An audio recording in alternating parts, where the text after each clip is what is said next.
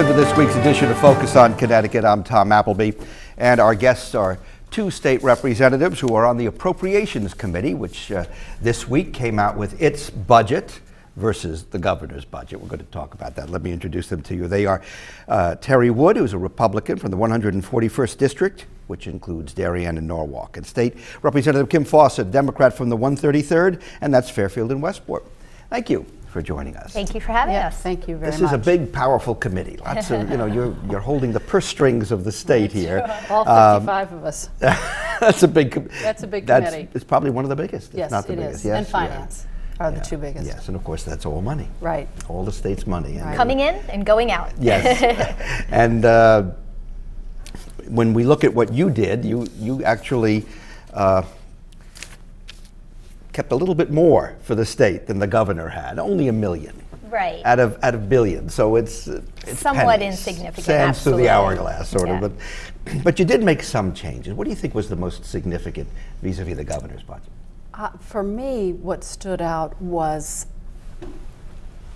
how do I say this? The governor had wanted $128 million towards education funding, and that was significantly cut. And I was surprised at that. This is the year of education, as far as he's concerned. And no it should question.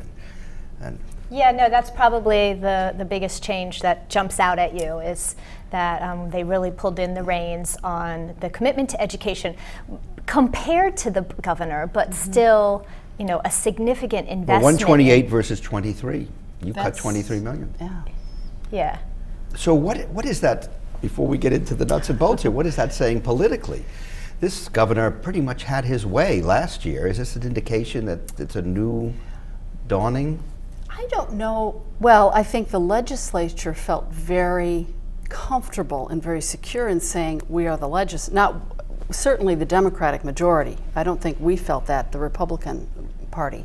I think they felt very comfortable putting distance between what the governor wanted in his budget and what they were willing to put forward. I think a lot of that was backed by the unions.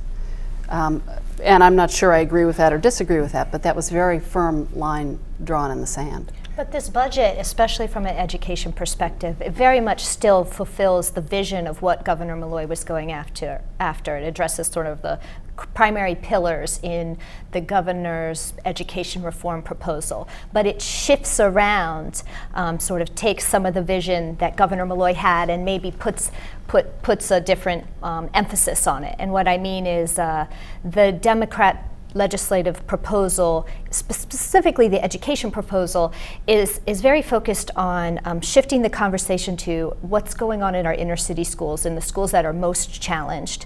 And it's focusing resources on the teachers and the schools, and focusing resources also on the communities and the families. And trying to shift the conversation away from the teachers and tenure and certification and some of the conversations that maybe took up a lot of the dialogue in February. I do want to talk about that, but we'll save that when we get to education. Right. I think Governor Malloy might have approached it differently with the teacher tenure piece. And I think all of us got an enormous amount of emails, letters from teachers, and they were very thoughtfully written, and I understood their point of view. But I think Governor Malloy might have approached it differently, the discussion differently. He's implying that maybe he thinks that way as well now, that perhaps he shouldn't have been quite as harsh. Boom. It's like, well, yeah. The bull in the china shop. It's a more collaborative approach, I think, might have yielded more points in that discussion. While we're talking about that, and let's make the move into education for the moment. The budget now is changed for them. The deal with the unions seems to have pulled away from this whole concept of judging whether tenure is valid or not. We're going to put that off now for a year. A study rather than what the governor wants. Right. So what does this tell us? You know, it's exactly what I was trying to say before, that we've really shifted the conversation. And so instead of emphasizing on education reform being only about our teachers and their tenure and their certification and how we evaluate them, the conversation has shifted now, and it's about what's going on in these failing schools. Because these failing schools, they also are surrounded by, quite literally, failing communities.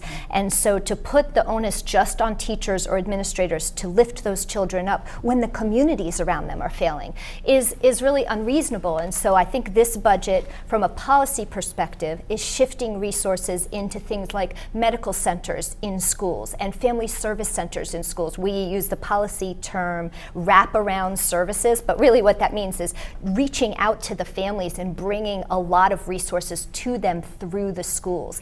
And these reform initiatives now reflect that philosophy. Hold your thought, take a break. Okay. And we'll stay with us, we'll be right back.